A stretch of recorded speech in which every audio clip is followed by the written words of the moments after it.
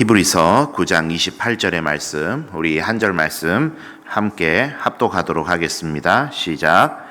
이와 같이 그리스도도 많은 사람의 죄를 담당하시려고 단번에 들이신 바 되셨고 구원에 이르게 하기 위하여 죄와 상관없이 자기를 바라는 자들에게 두 번째 나타나시니라. 아멘.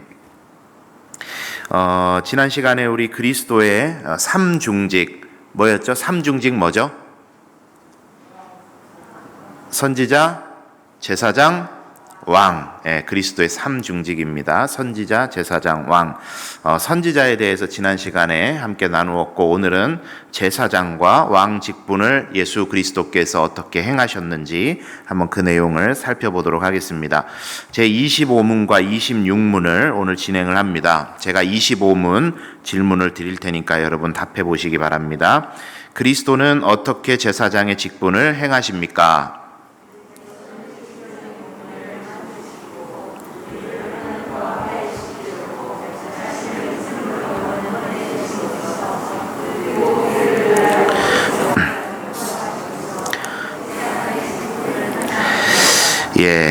그리스도의 삼중직, 선지자 다음으로 이제 제사장. 선지자와 제사장이 어떻게 보면은 조금 하셨던 직무가 엇비슷하다 그런 느낌도 좀 우리가 가질 수 있을 텐데, 선지자와 제사장은 구약 시대의 그 직무가 확연하게 구분이 되는 그런 직무였습니다. 이렇게 한번 이해를 해보시죠. 선지자는 하나님께로부터 오는 말씀을 받아 백성에게 전달하는 역할. 그렇죠? 지난주에 그 내용을 다루었죠. 하나님께서 주신 말씀을 받아 백성에게 전달하고 증거하는 역할. 제사장은 그러면 뭐죠? 제사장은 사람들을 대표해서 하나님께 사람들의 사정을 아뢰고 간구하는 역할. 그러면 조금 의미가 선명해지죠? 선지자는 위에서부터 아래로, 제사장은 아래에서부터 위로, 이렇게 그 직무가 확연하게 구분이 됩니다. 그래서 제사장은 사람들을 대표해서 하나님께 사람들의 사정을 아뢰고 간구하는 역할을 하게 되었습니다. 이 제사장의 역할을 우리 웨스트민스터 신앙고백에서는 두 가지로 지금 설명을 하고 있는데, 이렇게 두 가지를 여러분 기억해 보시죠. 제사장의 역할입니다. 첫째는 하나님과 화목하게 하는 것. 한번 따라할까요? 하나님과 화목하게 하는 것. 이게 첫 번째 역할이고, 두 번째는 신자들을 위한 중보기도. 따라해 보세요. 신자들을 위한 중보기도. 그 당시 구약으로는 백성들이 되겠죠. 백성들을 위한 중보기도입니다. 이렇게 제사장이 두 가지 역할을 하는 거예요. 예수 그리스도께서 제사장직을 감당하면서 이 두 가지 역할을 하신 겁니다. 하나는 하나님과 화목하게 하는 것, 또 하나는 신자들을 위해 중보하시는 것. 이 역할이 제사장적 역할입니다. 자, 그 내용을 한번 보도록 하겠습니다. 1번입니다. 신적 공의를 만족시켜 우리를 하나님과 화해시키려고 그랬습니다. 읽어볼게요. 시작. 하나님께서는 모세에게 어떻게 제사를 드려야 하는지를 알려주셨다. 제사는 사람이 원하는 대로 드리는 것이 아니라 하나님께서 명하신 대로 드려야 했다. 왜냐하면 신적 공의에 맞아야 했기 때문이다. 그리고 그 제사의 핵심은 피를 통한 속죄에 있었다. 자, 레위기 말씀 읽어볼게요. 육체의 생명은 피에 있음이라. 내가 이 피를 너희에게 주어 제단에 뿌려 너희의 생명을 위하여 속죄하게 하였나니 생명이 피에 있으므로 피가 죄를 속하느니라. 아멘. 신적 공의라는 이제 어려운 말이 나왔는데, 신적 공의를 만족시킨다. 이게 무슨 말이냐면, 쉽게 표현하면 하나님의 기준에 맞아야 된다, 이 말입니다. 신적 공의를 만족시킨다. 이코르 하나님 기준에 맞아야 한다. 그래서 하나님께서는 모세에게 레위기의 말씀을 통해서 아주 많은 제사법들을 디테일하게 하나님께서 가르쳐 주셨습니다. 사람의 생각대로, 사람들이 생각할 때 이거 좋아하실 거야, 이렇게 하는 게 좋을 거야 라고 해서 드리는 것이 제사가 아니라 하나님의 기준에 맞게 제사를 드려야 된다라는 거예요. 하나님의 기준에 맞게. 이것이 신적 공의를 만족시킨다라는 의미입니다.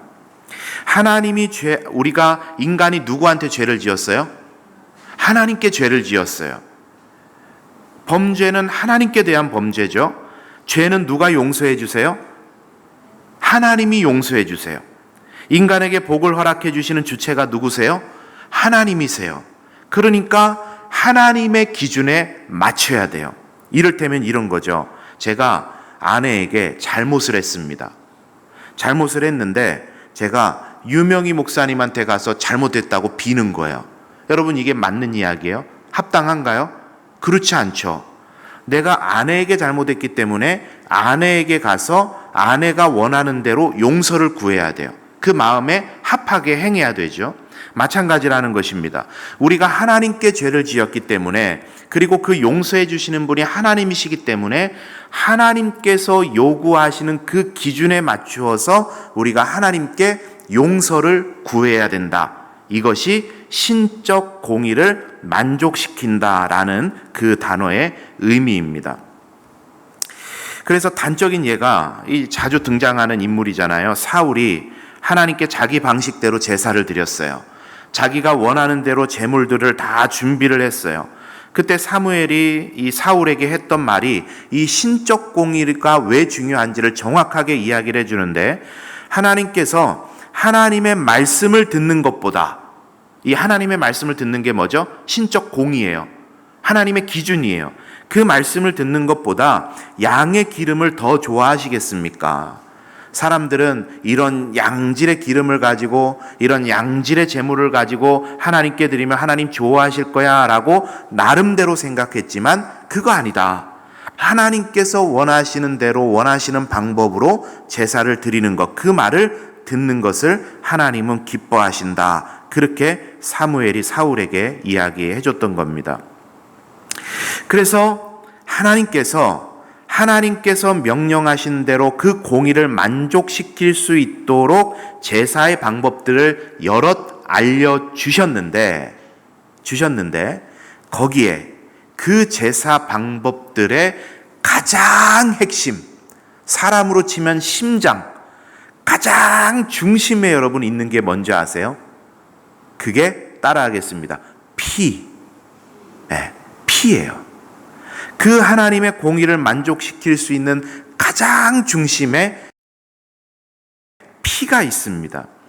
그래서 오늘 레위기 말씀을 통해 본 것처럼 육체의 생명은 피에 있음이라. 내가 이 피를 너희에게 주어 제단에 뿌려 너희의 생명을 위하여 속죄하게 하였나니, 속죄 제사의 가장 중심에는 피가 있는데 생명이 피에 있으므로 피가 죄를 속하느니라. 이렇게 말했고, 히브리서 기자는 히브리서 9장 22절에서 이렇게 말하죠.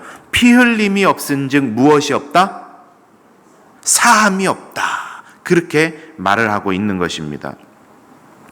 그래서 백성들은 제물을 가지고 나와서 자신의 죄를 그 짐승에게 전가시키고, 그리고 제사장은 그 짐승에게 피를 흘려서 제사를 드림으로 하나님과 그 제물을 드린 사람을 연결시키는 역할을 했던 겁니다.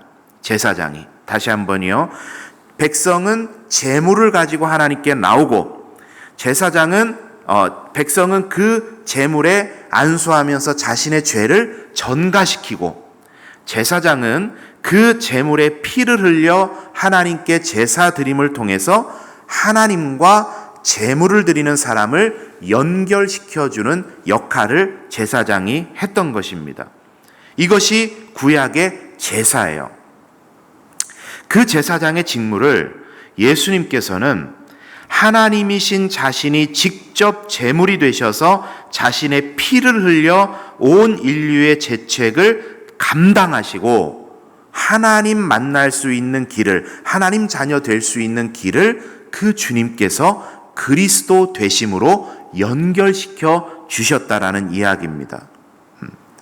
그래서 이러한 예수님의 제사장적 직분을 행하심이 구약의 제사와 다른 점이 있어요. 첫째는 구약의 제사는 짐승을 드리는 제사였지만 예수 그리스도께서 감당하신 제사는 뭐였죠?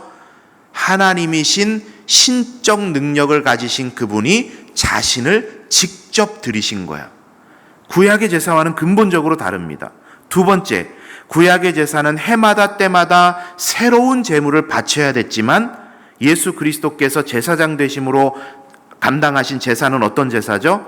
단번에 자신을 희생 제물로 바쳐 영원히 완성하셨다라는 거예요. 한번 따라할까요? 단번에 자신을 드려 영원히 완성하셨다. 네, 이 굉장히 중요한 일이에요. 구약의 제사는 매번마다 드려야 됐던 것이 일회성이었던 것이 예수 그리스도께서는 단번에 자신을 드려 영원히 완성하셨다라는 거예요. 어떻게 그럴 수 있느냐? 한번 이것을 간단한 예로 이렇게 설명을 드려볼까요? 이것을 값어치라고 이야기하기에는 너무나도 그냥 시쳇말이고 우리 그냥 일상의 용어입니다만은 그렇게 한번 설명을 드려볼게요.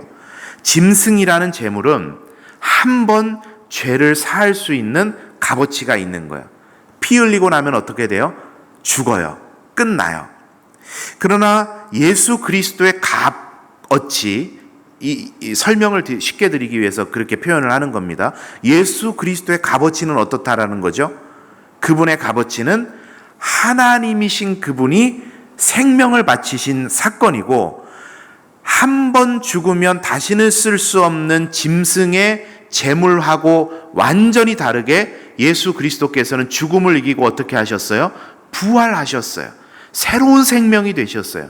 그렇기 때문에 예수 그리스도께서는 이 땅에 오셔서 자신을 들이심을 통해서 지금부터 인류가 시작될 때부터 인류가 앞으로 맞춰질 때까지 그간의 지구에 왔다 가는 모든 인류의 죄책을 담당하실 수 있는 값어치가, 능력이 예수 그리스도께 있다라는 말입니다. 그 예수 그리스도께서 제사장으로서 그 일을 감당해 주신 것입니다. 우리 사랑하는 성도님들, 저와 여러분에게 우리 주님께서 주신 은혜가 바로 이것입니다. 우리의 모든 죄책을 담당하시고 영원히 살 길을 열어주신 은혜, 그것이 바로 예수 그리스도께서 이 땅에 오셔서 그리스도로서 제사장의 직무를 감당하심으로써 우리에게 주신 놀라운 은혜인 것입니다. 우리 사랑하는 성도님들, 날마다 우리에게 새로운 살 길을 열어주신 그 은혜에 감사하며 살아가시는 우리 성도님들 다 되시기를 바랍니다. 자, 두 번째입니다. 우리를 위하여 계속해서 간구하심으로써, 제사장으로서의 두 번째 역할인데 우리를 위해 계속해서 간구하신다 그랬습니다. 우리 한번 내용 읽어보도록 하겠습니다. 시작.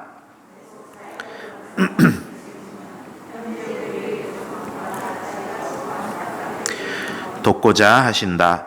영원하신 대제사장은 우리와 똑같이 모든 일에 시험을 받으시어 우리의 연약함을 동정하시고 하나님 앞에서 당신이 행하신 속죄 사역에 근거하여 우리의 죄를 변호하신다. 그리스도는 하나님 앞에서 우리를 위한 대언자가 되신다. 자, 여러분, 구약의 제사를 보면 대제사장은 놋제단에서 제물을 태웁니다. 그리고 그 제물을 태운 다음에 번제단에서 취한 불붙은 숯을 가지고 성소 안에 들어가서 금단에 있는 향을 피웁니다. 향은 여러분 뭐죠? 향은 뭐죠? 성도들의 기도예요. 향은 성도들의 기도입니다. 아주 중요한 하나님의 공의를 만족시키는 방법이 하나가 나오는데, 놋제단의 희생 제물이 예수 그리스도를 상징하고 금단에서 피워지는 향은 예수 그리스도를 통한 중보를 상징합니다. 그래서 아주 중요한 건데, 중보는 오직 속죄의 희생에만 근거합니다. 이 말이 굉장히 중요해요. 중보는 오직 속죄의 희생에만 근거해요. 속죄의 희생이 없이는 중보도 없는 것입니다. 예수 그리스도께서 그 일을 감당하신 거예요. 그래서 여러분, 혹시 여러분 들어보셨습니까? 이 성도들이 하는 중보기도라는 말을 사용하면 안 된다. 그런 이야기 들어보셨어요? 생전 태어나서 처음 듣는 이야기입니까? 처음 듣는 이야기세요? 그 교단에서 한번 이제 그리스도인들의 예배 생활 용어, 교회 생활 용어에 대해서 정의를 쭉 하면서 중보기도라는 말이 신학적으로 합당하지 않다. 그래서 사용하기를 지양해야 된다. 그렇게 이야기를 하고 있습니다. 지금도 물론 그렇죠. 그 대신 중보기도 대신 무슨 기도라 그러죠? 들어보셨어요? 도고기도. 그 서신서에서도 나오는 거죠. 도고를 올려라. 도고기도가 합당하다. 왜 이런 말이 나왔냐면 그 중보기도라는 말이 성도가 쓰면 안 되는 말은 사실은 아니에요. 그런데 신학적으로 그리고 성경적으로 보다 보니까 여기서도 말을 하죠. 중보는 오직 속죄의 희생에만 근거하는 것을 예수 그리스도의 아주 중요한 중보적 속성을 이야기할 때만 이 중보라는 단어를 쓰자 약속을 한 거예요. 그래서 성도들 사이에 누군가를 위해서 기도해 주는 것은 도고 기도라고 하는 것이 합당하겠다. 그렇게 이제 이걸 뭐라 그럴까요? 잘못된 건 아닌데 우리 용어에서 좀 질서를 잡자 그런 의미로 이제 되도록이면 쓰지 말자 그런 이야기를 한 겁니다. 그런데 저는 개인적으로 생각할 때 굳이 쓰지 말아야 될 필요는 없는 것 같아요. 그런데 중요한 건 뭐냐면 여러분께서 이렇게 웨스트민스터 신앙고백을 함께 교리 공부를 함을 통해서 중보라는 사역은 오직 속죄의 희생에만 근거하는 예수 그리스도의 고유한 사역을 이야기할 때 중보라 하는구나 라는 것을 여러분들이 인지하시고 신앙생활을 하시면은 그 정도 되면 될 것 같아요. 그래서 앞으로도 우리 교회에서 중보기도 사역이니 뭐니 하는 중보자를 안 쓰지는 않을 거예요. 계속 쓰기는 할 겁니다만은 적어도 웨스트민스터 신앙고백을 저하고 같이 공부하신 여러분께서는 중보는 오직 속죄의 희생에만 근거하는 예수 그리스도의 고유한 사역이다. 그것을 여러분께서 기억을 해주시면 좋을 것 같습니다. 어쨌든 이 중보자 되신 예수 그리스도께서 지금도 우리를 위해서 친히 간구하고 계시고 우리 모든 아픔과 고통과 슬픔과 기쁨과 즐거움과 감사의 상황 속에서 함께 하시면서 친히 우리의 모든 기도의 제목을 하나님께 올려드리는 그런 역할을 하고 계신다라는 겁니다. 그래서 여러분들이 우리가 잘 아시듯이 기도한 다음에 어떻게 마무리를 해요? 예수 그리스도의 이름으로 기도합니다. 예수님 이름으로 기도합니다. 반드시 예수님이라는 말이 들어가게 되죠. 이게 신학적으로 이런 이유입니다. 우리의 기도를 중보자로서 하나님께 올려드리는 분은 오직 예수 그리스도인데 그 예수 그리스도의 속죄의 희생에 의하여 예수님께서 그 일을 감당하신다는 거예요. 그래서 제가 솔직하게 말씀을 드려서 여러 가지 기도의 버전을 많이 들어봤습니다. 제가 하나님 이름으로 기도도 하고 성령님 이름으로 기도합니다도 하고 여러 가지 버전을 들어봤어요. 그런데 이제 체계적으로 우리가 이런 교육을 안 받았기 때문에 그리고 기도의 현장에 많이 노출되지 않은 까닭에 이제 그런 실수들을 하게 되시기도 하는 거죠. 앞으로 이제 우리 항존 직분자들을 교육할 수 있는 기회들도 계속 가져야 되겠고 또 서리 집사님들 임명할 때도 지금까지 한국교회가 사실 서리 집사 직분을 줄 때도 그냥 교회에만 잘 나오면 다 집사님 되셨어요. 그죠? 그래서 서리 집사는 여러분 아시듯이 1년직입니다. 1년마다 임명을 받아야 되는 직인데 사실 한 번 주고 나면은 서리 집사 떼기는 어려워요. 나 올해는 집사 아니다 그러고 상처받으셔가지고 그렇게 하시기도 하고 그러거든요. 그래서 제가 여담입니다만 예전에 바로 직전에 사역했던 그 삼성교회에서는 정확히 2년 전부터 제가 그 교육 프로그램하고 그걸 다 만들었는데 서리 집사를 신청을 받아서 임명을 했어요. 나 서리 집사로 교회에 봉사하겠습니다라고 마음으로 작정하고 본인이 신청서를 적어내는 수고까지는 할 수 있도록 고백하는 사람을 서리 집사로 임명을 했어요. 그래서 그거를 시도하던 첫 해에 작년까지 남자 여자 서리집사님을 이제 포함해서 서리집사가 320 몇 명인가 그랬던 인원이 그렇게 시행하고 첫 해에 몇 명쯤 임명받았게요? 퀴즈. 예? 20명. 예, 20명.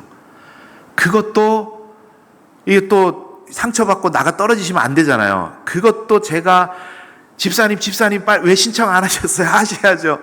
그냥 자의로 신청서 들어온 건 제가 기억하기로 10통이 안 됐던 것 같아요. 그러니까 아무 관심도 없고 서리 집사가 뭐 하는지도 모르고 그렇게 하셔서 막 권면해서 20명이 임명을 받으셨어요. 그리고 그 20명 임명을 받으면서 서리 집사 교육을 아주 잘했습니다. 무엇을 해야 되고 재직은 뭐고 재직회는 왜 들어와야 되며 무엇을 해야 되고 어떻게 봉사해야 되는지 그러한 것들에 대해서 잘 교육을 해서 서리 집사 임명을 받고 그렇게 했어요. 지금은 뭐 얼마나 되는지 모르겠는데 뭐 우리 교회 뭐 그렇게는 안 하겠습니다만 서리 집사가 뭔지 그리고 뭐 무슨 역할을 해야 되는지 권사가 뭔지 안수 집사가 뭔지 어떤 역할을 해야 되는지 그런 거는 우리가 좀 계속해서 교육을 받고 다시금 한번 생각해 볼 필요가 있겠다 그런 싶은 생각을 합니다. 기도에 대한 교육도 그런 것들이 되면은 좋을 것 같아요. 예, 그래서 예수 그리스도께서 그런 중보자의 역할을 감당하시면서 우리를 위해서 여전히 중보하신다. 그래서 로마서 8장 34절에 이렇게 말합니다. 누가 정죄하리요? 죽으실 뿐 아니라 다시 살아나신 이는 그리스도 예수시니 그는 하나님 우편에 계신 자요 우리를 위하여 간구하시는 자신이라. 예, 우리를 위하여 뭐 하시는 자다? 간구하시는 자신이라. 여러분, 오늘 하루 어떤 삶을 사셨습니까?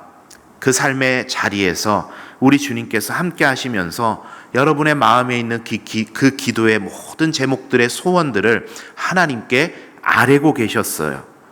내일은 여러분 어떤 삶이 예정되어 있으십니까? 그 모든 여정들 속에서 우리 주님께서 함께 걸으시면서 여러분이 하시는 무시로 하는 하나님 앞에 올려드리는 모든 기도의 제목을 우리 주님 들으시고 그 기도의 제목을 하나님께 올려드리시면서 우리를 위해서 친히 간구하시는 분이 우리 주님 예수 그리스도이십니다. 여러분 그 은혜를 기억하시면서 내일 하루도 그 주님과 동행하시고 그 주님께서 주시는 응답 가운데 살아가시는 우리 모든 성도님들 다 되시기를 바랍니다. 자, 26문입니다. 이제 왕의 직분입니다. 그리스도는 어떻게 왕의 직분을 행하십니까?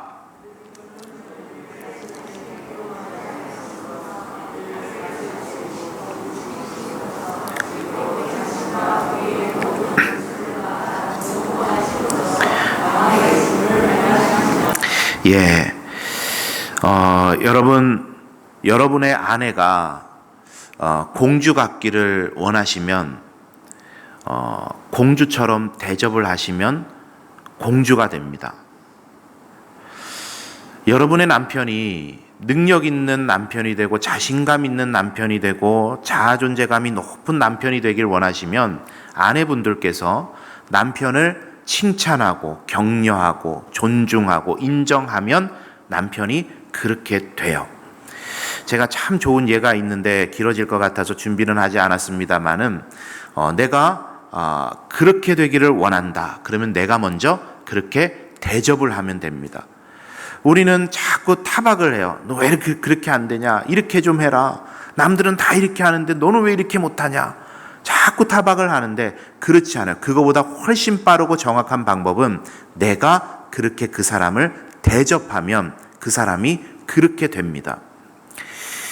여러분, 오늘 예수님께서 왕으로서 복종하게 하시고 다스리시고 지키심으로써 이렇게 말을 했는데 이것을 이제 우리가 조금 이해하기 쉬운 아주 좀 가벼운 언어로 표현을 해본다면 하나님의 형상을 우리로 하여금 회복해 가도록 도우시는 왕이 예수 그리스도십니다. 하나님의 형상을 회복해 가도록 도우시는 왕이세요. 그것을 막 타박하시면서 너는 왜 그렇게 못하냐, 자꾸 삿대질하시고 채찍으로 때리시고 하시면서 군림하시면서 우리를 도우시는 왕이 아니라 우리가 그렇게 될 수 있도록 계속해서 다스리시고 인내하시고 도우시고 끌어주고 밀어주시면서 우리를 하나님의 형상으로 회복해 가도록 도우시는 왕이세요. 왕의 권세를 가지시고. 그래서 여러분, 그 목적은 우리를 하나님의 형상을 회복하여서 그 하나님의 형상에 맞는 격조 있는 존재가 되도록 우리를 이끌어 주신다라는 겁니다. 여러분, 그리스도의 삶의 모습이 중요한 것은 하나님의 격조가 우리의 삶을 통해 나타나기 때문이죠. 오늘 말씀에 보면 마태복음 5장 16절에 보면 이같이 너희 빛이 사람 앞에 비치게 하여 그들로 너희 착한 행실을 보고 하늘에 계신 너희 아버지께 영광을 돌리게 하라, 이렇게 말을 합니다. 이 무슨 말이냐? 저와 여러분의 삶이 어떤 격조를 가지고 살아가는지에 따라 하나님이 영광을 받으시기도 하고 하나님의 격조가 드러나기도 하고 하나님의 격조가 깎이기도 한다라는 거예요. 누군가가 저와 여러분의 삶을 보고 아이고 왜 저러고 살아? 예수 믿는 사람이 왜 저래? 그러면 여러분 1차적으로는 내가 욕먹는 것 같지만 결국은 누가 욕먹는 거예요? 하나님의 격조가 확 깎이는 거예요. 그러나 우리가 살아가는 삶의 모양을 보고 야, 정말 저 사람 멋있게 산다, 나도 저렇게 살고 싶다, 예수 믿는 사람의 말은 저렇구나, 예수 믿는 사람의 행동은 저렇구나 라고 하게 되면 가장 직접적으로는 나의 격조가 높아지는 것도 되겠지만 누구의 격조가 높아져요? 하나님의 격조가 높아지는 거예요. 결국은 저 사람이 믿는 그 하나님 나도 한번 믿어봐야 되겠다, 그렇게 되는 것 아니겠어요? 그래서 우리 주님께서 왕이 되셔서 복종하게 하시고 다스리시고 지키신다라는 말은 우리의 일상적으로 가장 알아듣기 쉽게 하는 말로 바꿔보면 우리로 하여금 하나님의 형상을 회복해 갈 수 있도록, 그래서 하나님의 형상다운 격조 있는 삶을 살아갈 수 있도록 우리를 계속해서 이끌어 가시고 도우시는 분이라는 이야기입니다. 왕으로서 그러한 역할을 감당하시고, 마지막입니다. 두 번째로 왕으로서 자신과 우리의 모든 원수를 막아 이기심으로써 그랬는데, 같이 읽어보도록 하겠습니다. 시작. 부활을 통해 죽음과 사망 권세를 이기셨다. 그리고 하나님의 백성들이 살아가는 삶의 자리에서 우리 또한 악의 영들에 대항해 이기며 살도록 도와주신다. 자, 여러분 예전에 전설의 고향 보셨죠? 무서웠죠? 여러분들은 뭐 안 무서우셨나요? 어른이셨을 테니까 그때. 저는 어렸을 때 이제 막 꼬맹이 때 그때였거든요. 그렇게 무서울 수가 없었어요. 너무 무서웠어요. 흑백이었거든요. 그 최근에 몇 년 전인가요? 전설의 고향을 이제 칼라 TV 버전으로 다시 새롭게 만들어가지고 방영을 했단 말이죠. 그거를 보는데 하나도 안 무서운 거예요. 예. 예전에 흑백일 때는 피도 빨간색으로 안 보이고 시커멓게 보였는데 무서웠는데 지금은 피가 빨간색으로 보여도 하나도 안 무서운 거예요. 진짜 어렸을 때는 어머니 뒤에, 등 뒤에 막 숨어가지고 막 그렇게 보고 그랬었는데, 예전에 전설의 고향 보고 어머니 아버지 수요 예배 가시고 저녁 예배 가시고 그래서 집에 혼자 있고 그러면 정말 무서웠습니다. 막 저기 불 안 켜놓으면 저쪽 방은 깜깜하잖아요. 거기에 뭔가 있는 것 같고. 그러면 제가 그때 어디서 주워 들은 건 있어가지고 그렇게 무서우면요 어떻게 했냐면 예수 이름으로 물러가라 이랬단 말이죠. 그래서 저희가 아버지가 농장을 하시다 보니까 제주도에서 버스 정류장에서 꽤나 이제 집까지 가는 길이 멀었어요. 가로등도 없고. 거기를 이제 저녁 늦게 혼자 막 걸어가고 그러면 얼마나 무섭습니까? 막 숲길을 막 이렇게 가는데 그럴 때마다 예수 이름으로 물러가라 막 그러면서 그렇게 갔던 기억이 있어요. 여러분, 악한 사단 마귀는 이 하와를 유혹할 때부터 시작해서 지금까지 하나님의 백성을 넘어뜨리기 위해서 혈안이 되어서 찾아다니고 있어요. 베드로후서가 말하는 게 그거 아닙니까? 우는 사자처럼 삼킬 자를 찾아다닌다. 때로는 유혹으로, 때로는 시험으로, 두려움으로, 교만으로, 불신앙으로 아주 다양한 방법과 수단을 가지고 우리들에게 접근합니다. 그런데 우리는 그것을 전혀 무서워하지도 두려워하지도 않아도 됩니다. 왜일까요? 이미 예수님께서 이기신 싸움이기 때문에 그래요. 그래서 우리는 자신 있게 예수의 이름으로 물러가라 선포할 수 있는 거예요. 예수님이 이미 이기셨기 때문에.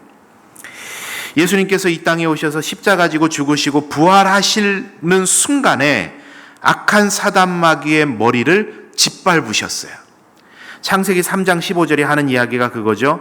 내가 너로 여자와 원수가 되게 하고 내 후손도 여자의 후손과 원수가 되게 하리니 여자의 후손은 내 머리를 상하게 할 것이요 너는 그의 발꿈치를 상하게 할 것이다. 골로새서 통치자들과 권세들을 무력화하여 드러내어 구경거리로 삼으시고 십자가로 그들을 이기셨느니라. 그래서 지금 사단 마귀는요, 어떤 목사님은 책에서 이렇게 표현을 하셨어요. 머리는 터져서 예수님께서 머리를 밟아 이기셨기 때문에 머리는 터졌고 무슨 힘으로 지금 우리를 유혹한다? 꼬리 힘으로. 꼬리 힘으로 우리를 유혹하고 있는 거다. 그렇게 표현도 하셨습니다. 우리가 예수 그리스도를 의지하고 그분께서 이기신 싸움이라는 확신을 가지고 하나님의 전신갑주를 입고 나아가면 우리를 참소하고 괴계로 여러 가지 함정을 파고 넘어뜨리려는 악한 사단 마귀의 시비에도 넘어지지 않고 승리할 수 있다라는 거예요. 누구의 이름으로? 예수 그리스도의 이름으로. 그래서 여러분, 이런 믿음의 선포가 굉장히 중요한 겁니다. 시험의 일들 앞에 있을 때, 나를 괴롭히고 나를 유혹하고 나를 넘어뜨리려 하는 여러 가지 어려운 상황들과 시험들이 있을 때 여러분, 그렇게 그 상황들 앞에서 선포하세요. 예수의 이름으로 물러가라. 한번 따라하겠습니다. 예수의 이름으로 물러가라. 사람들 많은 데서 이래버리면 좀 곤란하실 수 있어요. 조용히 하셔도 괜찮고 마음으로 하셔도 괜찮고 혼자 계신다면 소리내서 선포하셔도 괜찮고 예수의 이름으로 물러가라. 우리가 이렇게 입술 열어 선포할 때 하나님께서는 우리들에게 넉넉히 이길 힘을 더해 주실 줄 믿습니다. 예수 그리스도의 왕 대신 직분 때문에 그 믿음 가지고 승리하는 여러분 되시기를 바랍니다. 정리하겠습니다. 예수님은 그리스도로서 제사장적, 왕적 직분을 감당하심으로써 우리를 지금도 인도하고 계십니다. 이것을 한마디 단어로 표현하자면 이것이 바로 은혜입니다. 은혜. 우리에게 주시는 그 은혜. 오늘 우리가 그 은혜를 경험하며 살았고 내일 우리는 또 그 은혜를 경험하며 하루를 살아가게 될 것입니다. 그에 대해서 감사하며 이 남아있는 한 주를 살아가시는 저와 여러분의 복된 삶이 다 되시기를 바랍니다. 우리 함께 찬양하고 기도하겠습니다.